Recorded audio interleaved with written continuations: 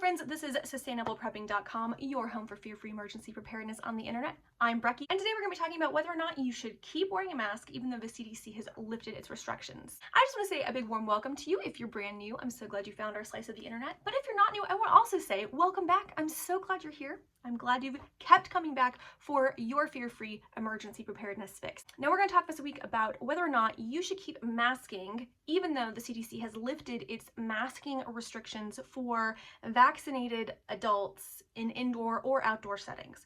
And whether or not it's appropriate, whether or not it's efficacious to keep masking. Now, I'm going to make the assumption that if you're watching this, you probably already believed that masking worked. If you're someone who didn't believe masking worked to begin with, this isn't really a conversation for you. You've already made your decision. But if you're someone who did mask and you actually trust science and you've watched any of the science, read any of the science behind why masking does in fact help us, well, should you keep masking? I'm not going to tell you yes or no. I'm not a medical doctor. I'm not giving any medical advice. I'm going to give you my opinion as a layperson and as a mom of immunocompromised children, and give you some food to think about as you make your decisions. One of the things I really think that we should think about as we decide whether or not we want to keep masking, particularly indoors, is children. Children under 12 are not able to get vaccinated, and yet we know that children under 12 often are incubators of any kind of illness because they are younger.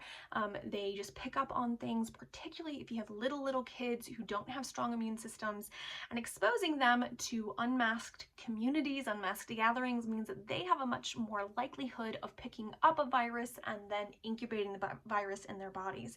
So as you are considering whether or not you're going to keep masking this summer, I want you to think about your kids, who you're exposing them to, whether or not they're old enough to be vaccinated and they're healthy enough to be vaccinated. I know for me, I have 4 children and only one of them is old enough to receive a vaccination. My youngest 2 are toddlers and they're twins, and they are immunocompromised because their lungs are underdeveloped from being preemies. So for us, that's a major consideration. Just because my husband and I and my oldest are vaccinated doesn't mean that we are going to go around freely mingling, because we do have those 2 babies to consider and their health and risk factors. The second thing to think about as you consider whether or not you're going to keep masking is immunocompromised individuals who cannot receive the vaccination. Now, this is anybody who has cancer and is receiving chemo.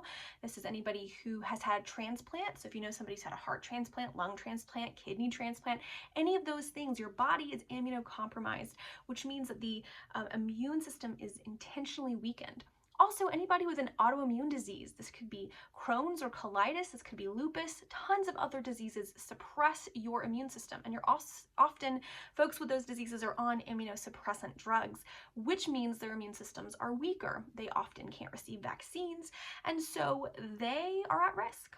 The question that you have to ask is, 1, are those people in your family? Are they members of your community?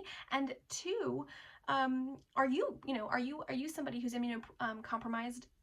And do you want to potentially be a risk factor to someone else? Now, theoretically, everybody's vaccinated. We can't get sick, but there is some question of whether or not we can carry a virus that's not making us sick in our bodies and what that looks like. I don't know all the science. Again, I'm not a science person. I'm not claiming to be a science person. I'm not a nurse. I'm not a doctor. I don't play one on TV. I don't play one on the internet.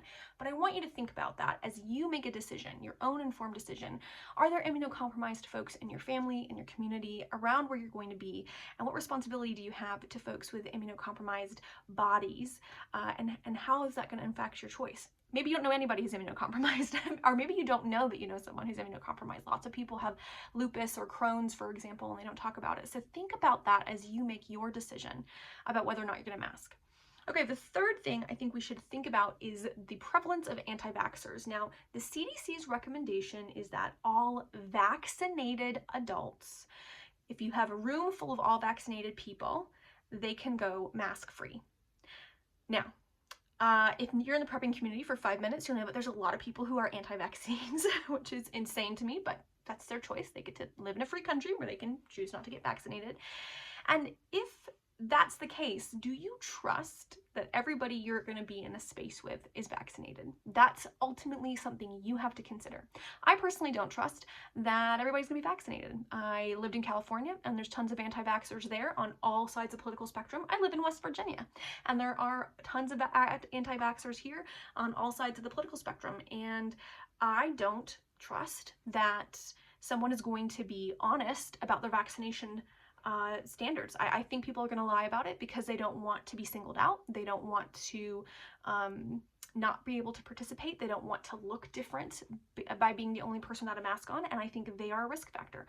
So as you consider whether or not you're going to go mask-free through the summer, particularly for indoor gatherings, it's important to consider whether or not you trust the people you'll be gathering with to be honest about whether or not they're vaccinated. That's a big thing to consider.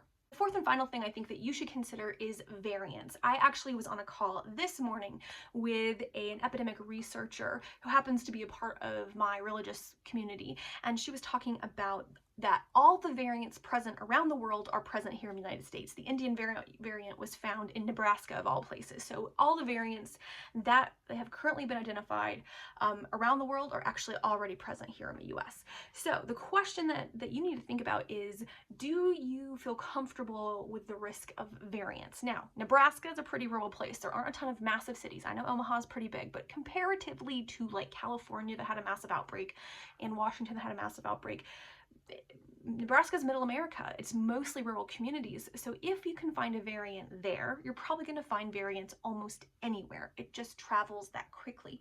So are you comfortable being around variants? Are you comfortable with the research and the data around vaccines and around the efficaciousness of the vaccine that you have, if you have one, to be exposed to variants? Now, everything I've seen says that the vaccines are effective, though we might need boosters to make sure they stay holistically effective, and that coronavirus is going to be around basically for the rest of our lives, and we'll be getting annual shots, like a flu shot is what I've read so far. Again, I'm not a doctor. I'm not a medical person. I don't even have a degree in science, okay? This is just me as a lay person interpreting the data that I read. All of that said, as you consider whether or not you want to mask this summer and going forward, you need to consider the variants and whether or not you feel comfortable and confident in your vaccine and in your community about whether or not the variant might be present. I know that for myself, and only for myself and my family, we're going to continue to mask indoors unless we know every single individual has gotten their vaccines. So family, basically, and a couple of close friends.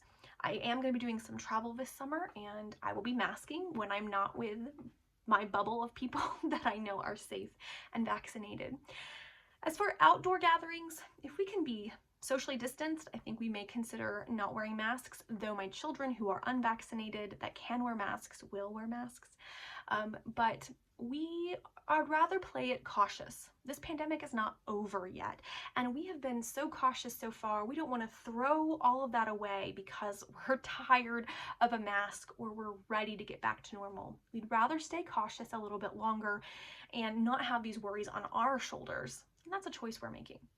Point is that you have to make a choice for you, and I want you to consider these 4 things: children, immunocompromised individuals, anti-vaxxers, and variants as you make a decision, an informed decision for your family. It might not seem like an emergency preparedness thing to make a decision about masking, but in fact it is, because you're preparing for whether or not there's going to be a new, more virulent variant, whether or not you're going to be exposed, how and when you're going to take those steps into greater freedom, if you will. All of these are actually part of your emergency preparedness mindset, about looking at the potential pitfalls, looking at the potential problems, and making an informed decision. We can't know the future, but we can look at the past and we can make good decisions. And for my family, we're going to be a little more cautious, even if it's a little uncomfortable. We've survived this long with our precautions in place, and we're going to keep at it. I'm curious, let me know down below whether or not you plan on masking indoors during the summer months and why. Are there some things I haven't thought about as we consider whether or not to be masked? I'd love to know your thoughts. If you want to keep this conversation going and have more in-depth conversations, I'd love for you to join us over in the Facebook group. I'll have all the relevant information down in the description. But friends, I hope that you are all staying safe. I am looking forward to some fun things this summer months. As always, happy prepping, and I'll see you next week.